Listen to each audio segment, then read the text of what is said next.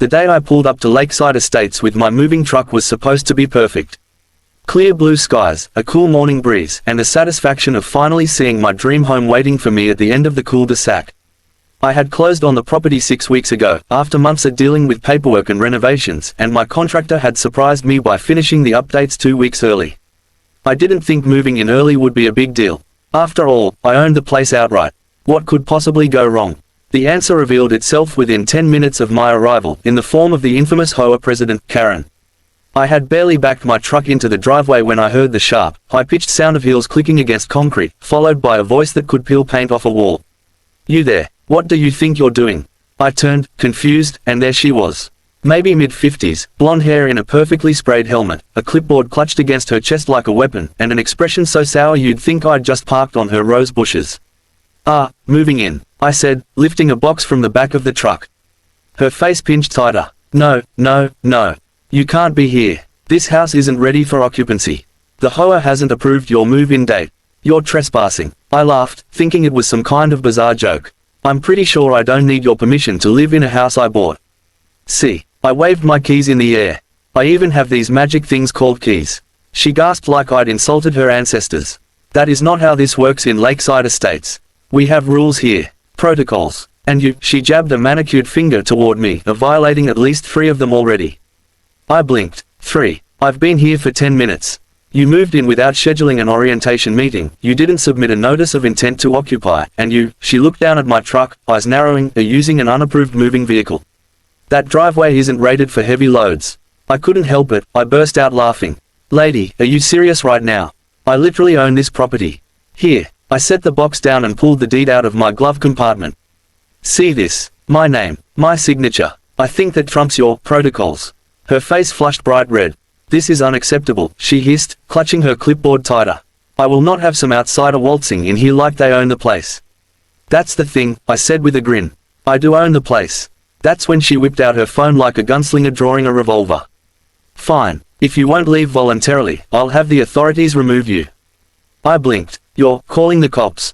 For moving into my house?" "Yes," she snapped. "Enjoy explaining yourself to law enforcement. You'll be off this property within the hour." 5 minutes later, 2 squad cars rolled into the neighborhood, lights flashing but sirens mercifully silent. A couple of neighbors peeked out from behind curtains as the officers stepped out, clearly already tired of whatever nonsense call they'd been dragged into. "Sir," one officer said as he approached, "we got a report of a trespasser at this address." "Yeah, that'd be me," I said dryly. "The homeowner." Karen stomped forward, her tone dripping with indignation. "This man is here illegally. He's occupying the property without authorization from the HOA. He needs to be removed immediately."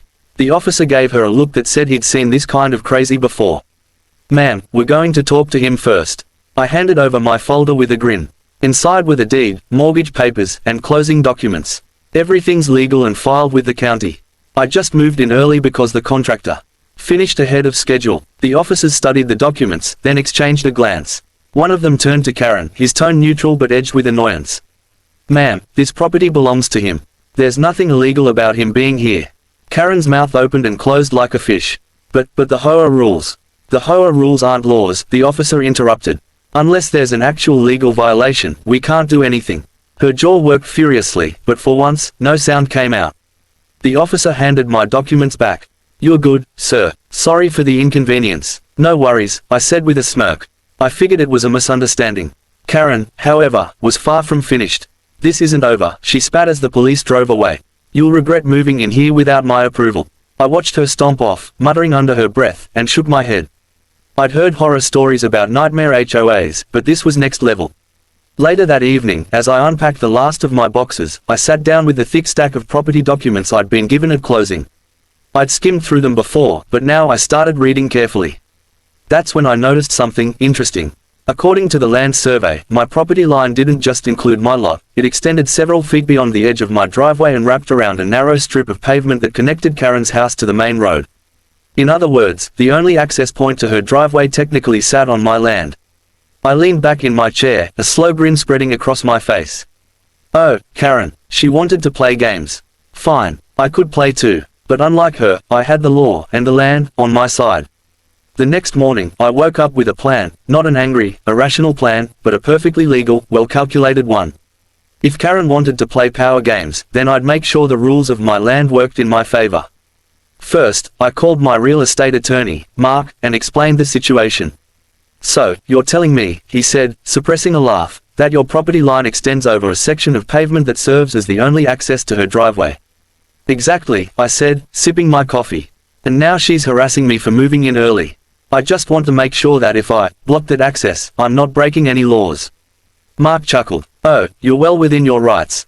As long as you don't restrict emergency access or physically damage her property, you can legally block your land. You could put up a gate tomorrow if you wanted." That was all I needed to hear. By noon, I had contractors out measuring the narrow stretch of pavement.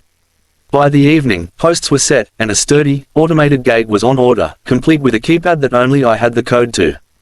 The next morning, I printed a large, bold sign and hung it on the temporary barricade I'd installed at the entrance. "Private property, no trespassing without owner's permission." It didn't take long for the chaos to start. At exactly 7:45 a.m., Karen stormed over in her floral robe and slippers, hair curlers bouncing like she'd run straight out of a sitcom. "What is this?" she shrieked, waving her arms at the barricade. I looked up from my coffee on the porch.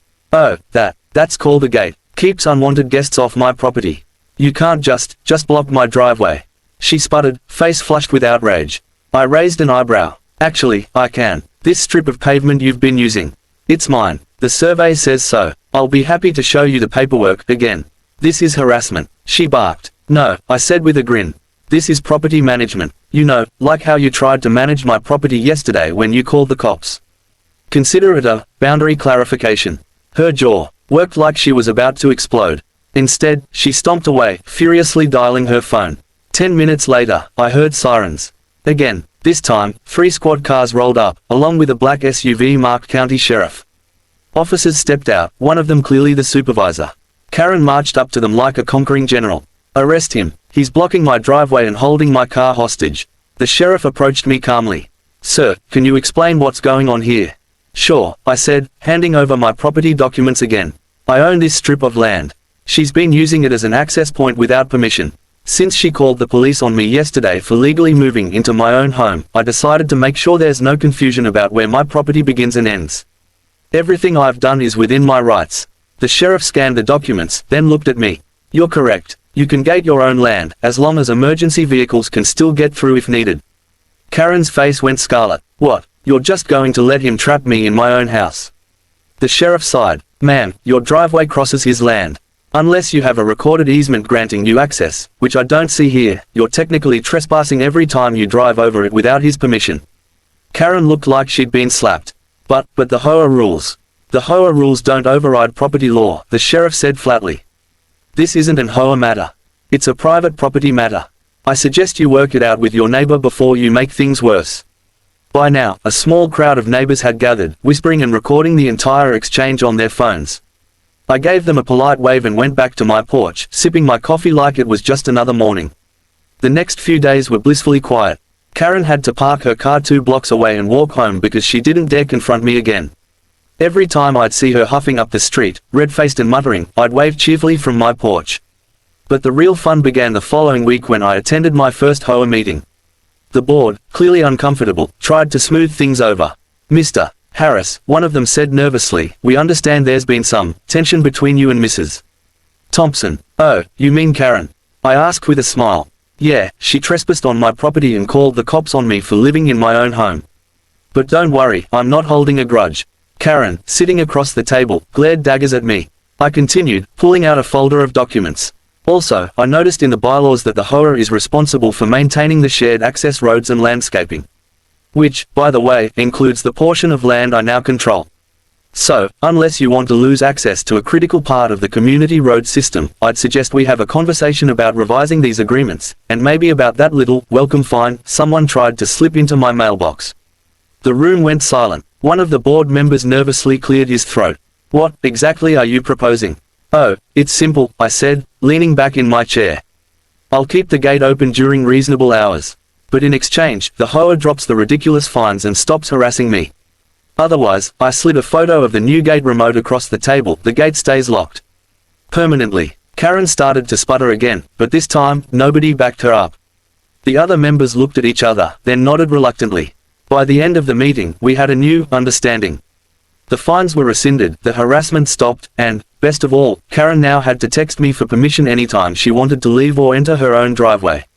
The power shift was glorious. Over the next few weeks, I made subtle improvements to my property, landscaping, a new mailbox, and even a motion-activated sprinkler system that, accidentally, turned on every time Karen tried to walk across the edge of my lawn. And, true to my word, I kept the gate open during the day, but every evening, as the sun set, the gate would hum shut with a satisfying clang, leaving Karen staring at it from her car like a cat locked out of the house. The best part, the neighbors loved me. Turns out, Karen had been terrorizing the community for years, handing out petty fines and making everyone miserable. My little stunt had exposed just how powerless she really was, and now, people greeted me with smiles and homemade pies. As for Karen, she's quiet these days. She still glares at me every chance she gets, but she knows better than to start another war. After all, there's only one way in and out of her driveway, and I hold the remote.